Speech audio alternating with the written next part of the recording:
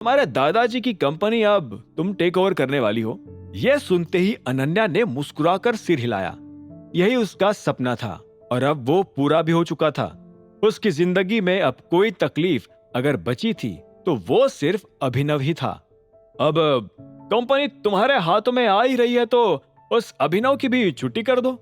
चिराग ने उसकी आंखों में देखते हुए सुझाव दिया। अनन्या ने आह भरी और थोड़ा चिढ़ते हुए कहा, मैं तो कब की उसे घर से लात मारकर निकाल चुकी होती, लेकिन दादाजी पता नहीं क्यों उसे डायरेक्टली या इनडायरेक्टली सपोर्ट करते आ रहे हैं। आगे क्या होगा ये दादाजी पर ही डिपेंड करता है। चिराग समझ गया था कि अभिनव सिर्फ हरदेव की वजह से ही उस घर में टिका हुआ था। उसे डर था कि अगर हरदेव को अभिनव पसंद आने लग गया तो डाइवोर्स तो दूर की बात, वो अपनी कंपनी भी अनन्या से छीनकर उसके नाम कर सकते थे। उसने ये सोचते हुए ही अपने लिए भी ड्रिंक बनाई और उसे पीना शुरू कर दिया। कुछ देर के सन्नाटे के बाद ही उसका मुंह फिर से खुला। तुम्हारी मॉम ने बताया कि अगले हफ्ते एक पार्टी है। अनन्या ने चिप्स खाते हुए उसकी ओर देखा और कहा, हाँ, दादाजी का बर्थडे है। उन्होंने ऑलरेडी एक वीआईपी स्वीट बुक कर लिया है। वैसे सेलिब्रेशन ज्यादा बड़ा भी नहीं है, बस कुछ खास दोस्त और रिलेटिव्स ही इनवाइटेड है। चिराग भी मुस्कान लाकर बोल पड़ा, तुम्हारी मॉम ने मुझे भी इनवाइट किया है, आने की पूरी कोशिश करूंगा।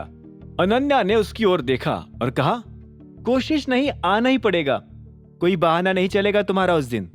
अनन्या की बात सुनकर चिराग ने मुस्कुराकर सिर हिलाया और फिर वो अचानक खड़ा हो गया। चलो अब टाइम है तुम्हारे बर्थडे गिफ्ट का, चिराग ने एक्साइटेड होकर अनाउंस किया।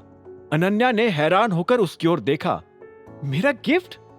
चिराग ने जवाब में आंख मारी और वो दरवाजे की ओर चला गया। दरवाजा खोलते ही एक आदमी काट लेकर अंदर आ गया, जो कि ऊपर से लाल कपड़े से ढका हुआ था।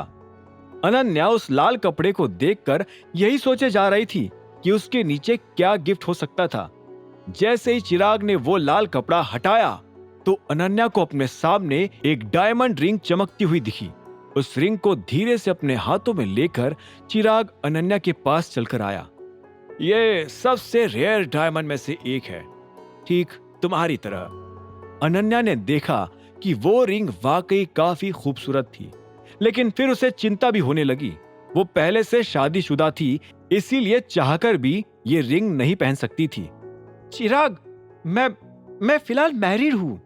जानता हूँ, इसीलिए मैं ये हाथ में पहनाने के लिए नहीं बल्कि गले में पहनाने के लिए आया हूँ, किसी नेकलेस की तरह। अनन्या ने हिचकिचाते हुए इनकार कर दिया। नहीं चिराग, ये मैं गले में भी नहीं पहन सकती, घर पर मुश्किलें खड़ी हो सकती है। अनन्या को परेशान होता देख चिराग ने उसके कंधों पर हाथ रखकर उसे शांत किया और कहा, कोई मुश्किल खड़ी नहीं होगी, मैं हूं ना।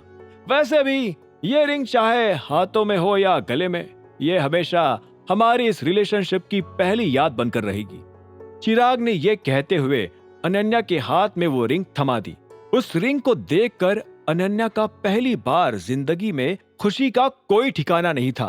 वो खुशी में एक पल के लिए रिंग को देखती और फिर चिराग को। इस तरह नजरें ऊपर नीचे करते हुए उसे महसूस हुआ कि चिराग वैसा नहीं था जैसा कि अभिनव ने बताया था। वो भी अनन्या से एक चांस डिजर्व करता था और फिर शर्मिला का भी यही मन था। हम हमेशा अच्छे दोस्त तो बनकर रहेंगे ही चिराग। बिल्कुल, चिराग ने सोच लिया था कि अनन्या को अपनी बनाने के लिए अब वो किसी भी हद तक जाने को तैयार था। इसी के चलते उसका पहला काम अभिनव का काम तमाम करने का था। कुछ सेकंड्स तक गले लगने के बाद ही अनन्या को एहसास हुआ कि वो अभी भी शादीशुदा है और उसे तब तक किसी दूसरे आदमी के करीब नहीं आना चाहिए जब तक उसका डाइवोर्स ना हो जाए। इसीलिए वो धीरे से एक स्माइल के साथ पीछे हट गई। चिराग उसे फिर से नीचे बैठाकर उसके लिए ड्रिंक बनाने लगा। दूसरी ओर चाहत और अभिनव सिनेमा हॉल से बाहर निकल आए थे। काफी इंटरेस्टिंग मूवी थी नहीं? चाहत ने स्माइल करते हुए अभिनव की ओर देखकर पूछा। हाँ, मुझे ऑनेस्टली लगा नहीं था कि आज भी सिनेमा में इतनी अच्छी मूवीज आती है। यह सुनते ही चाहत थोड़ी हैरान हो गई और पूछने लगी, आज भी मतलब? तुम आखिरी बार सिनेमा कब गए थे? आगे की कहानी जानने के लिए देखें अगला एपिसोड सिर्फ पॉकेट एफएम के यूट्यूब चैनल पर। और द रिटर्न ऑफ टाइगर के सारे एपिसोड्स को सुनने के लिए डिस्क्रिप्शन में दी लिंक से डाउनलोड करें पॉकेट FM ऐप।